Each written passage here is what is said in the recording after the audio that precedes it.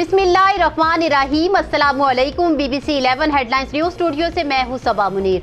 आपको अपडेट करें वगन से, जहां हमारे ब्यूरो चीफ अली गुल मुगेरी के मुताबिक वगन के नवाही गांव फोरू इलाका के रिहायशी सैयद मुख्तार अली शाह ने अपनी बीवी की बाजियाबी के लिए अपनी बरादरी और वगन शहर के सोशल वर्कर्स के साथ अवामी प्रेस क्लब वगन पहुंचकर बाअसर मुसल्लह अफराद के खिलाफ एहतजाजी मुजाहिरा किया। एहतजाजी मुजाहिरा करने वालों में सैयद मुख्तार अली शाह, सैयद सरवर अली शाह, सैयद बरील शाह, सोशल वर्कर अब्दुल लतीफ, अयाज अली भुट्टो और दूसरों ने शिरकत की। इस मौका पर सैयद मुख्तार अली शाह ने मीडिया को बताया कि 15 रोज कबल मेरी बीवी शुमाइला खातून दवाई लेने के लिए वगन शहर जा रही थी कि रास्ते में नामालूम मुसल्लह अफराद ने उसे अगवा कर लिया। जबकि इस संगीन वाक़ये की हमने वगन थाने में FIR दर्ज करवाई है और इस मामले की इंफॉर्मेशन SSP कंबर को भी दी, लेकिन अफसोस के पुलिस ने 15 दिन गुजरने के बाद कोई भी कार्रवाई नहीं की है।